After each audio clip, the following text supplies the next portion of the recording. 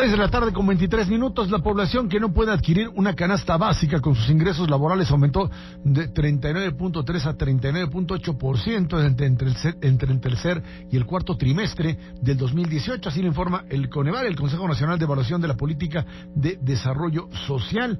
Tenemos en la línea al doctor Gonzalo Hernández Licona, secretario ejecutivo del CONEVAL. Gonzalo, buenas tardes. Hola, Elsa, ¿cómo estás? Muy buenas tardes, ¿cómo te va? A ver, estos datos, por ahí, el día de ayer los andaba yo retuiteando y alguien me decía que no estaban considerando ahí necesariamente el aumento a salarios mínimos. No. ¿No?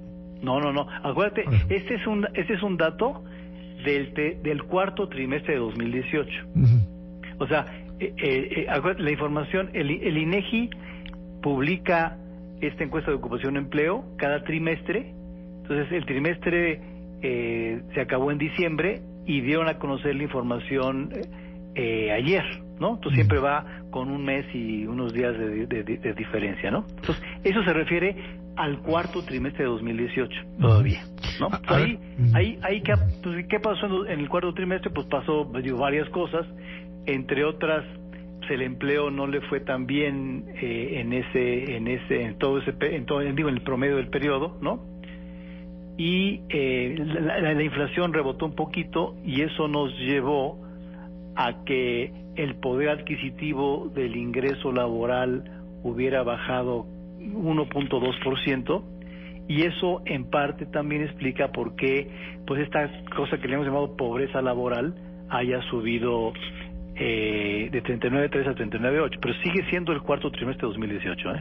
Ahora, esto de alguna forma nos dice que el 2018 en su conjunto terminaríamos hablando de una tendencia de menos ingresos reales para una población frente al inicio del año. No, porque, nada más para entender bien, del trimestre cuarto del tercer trimestre al cuarto trimestre de 2018, no fue tan bien.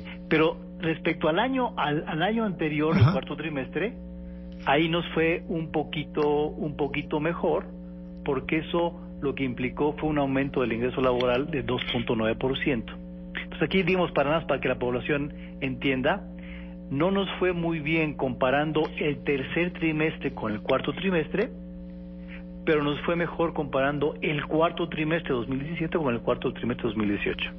Ahora, el tema de aumentos salarios mínimos, ¿sí te parece que podría cambiar la trayectoria descendente del último trimestre? De hecho, lo interesante es que a partir de enero, que entraron los salarios mínimos el diferenciado en la frontera en general, ¿no?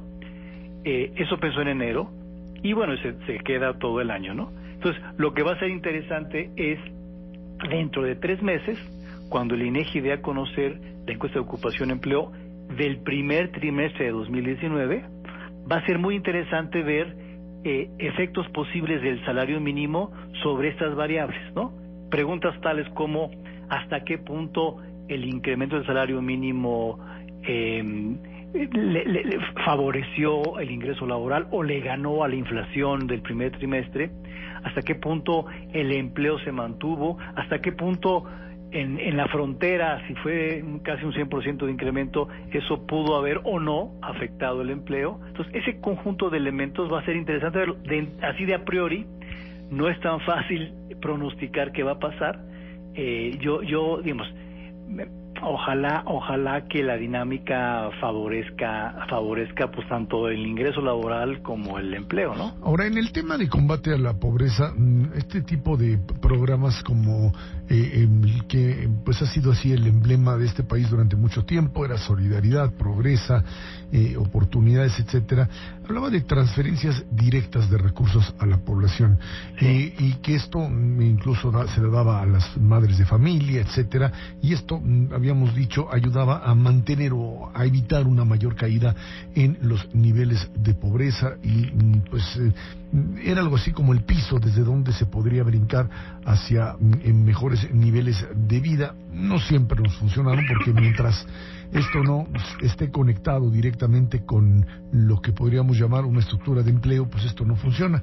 Cuando ahora se trata de cambiar la estrategia, por ejemplo en el tema de estancias infantiles, y decir, es mejor que la gente tenga directamente el dinero y decida qué es lo que hace con él, más allá de este folclore de si los abuelitos, no los abuelitos, que alguien tenga el dinero en la mano para poder resolver ese problema. ¿Te parece que este asunto, o en términos de la experiencia más bien que ustedes han manejado, esta transferencia de recursos directamente hacia las personas que pues requieren de este tipo de apoyos, es mucho más redituable tener el recurso en la mano y utilizarlo que el que sean transferidos a estancias que, pues dicen en algunos casos, no son transparentes, no siempre se hace un buen uso?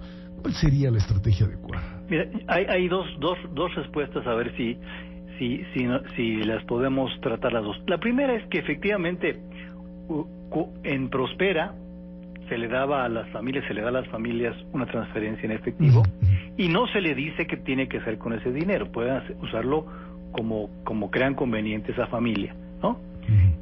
Hoy se está planteando lo mismo con estancias. Entonces, una primera respuesta es, pues efectivamente, la transferencia sin condición, pues le da a la familia, a cualquiera, pues una libertad de decidir sobre lo que tiene que hacer, y las familias sabemos en general, pues a lo mejor las prioridades que necesitamos. Entonces, una primera instancia es eso favorece, eso es importante, y eso le da libertad a las familias, ¿no? Un segundo punto, un poco contrario, y por eso el dilema es, no es claro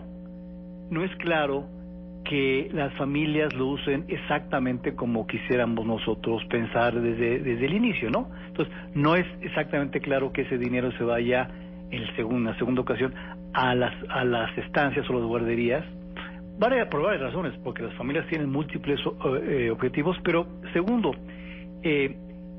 la forma de hacerlo con las estancias era que se subsidiaba la oferta de estancias, ¿no?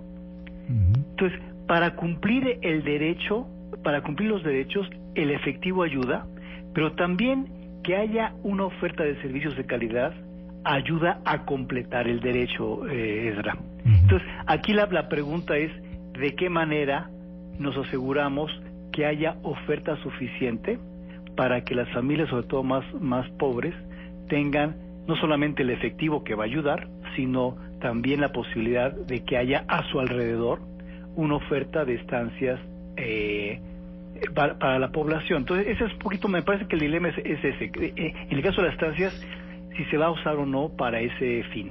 Que finalmente es fundamental para la estructura familiar y la estructura productiva del país, ¿no? Quiero que eso es la parte central de este tipo de modelos. Yo diría, o sea, si bien ha estado en medios la discusión de ese programa, ¿no?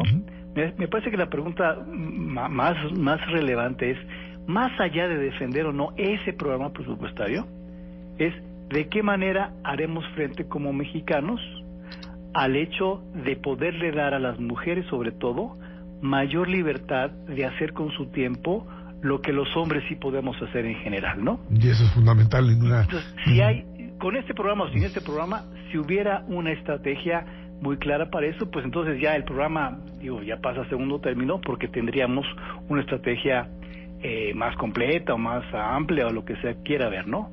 Pero esto es lo que existe y con esto hay que trabajar, Gonzalo. Así es. Gonzalo Hernández Licona, secretario ejecutivo del Coneval, muchísimas gracias por estar aquí con nosotros. Gracias, Edgar, un abrazo. Un abrazo.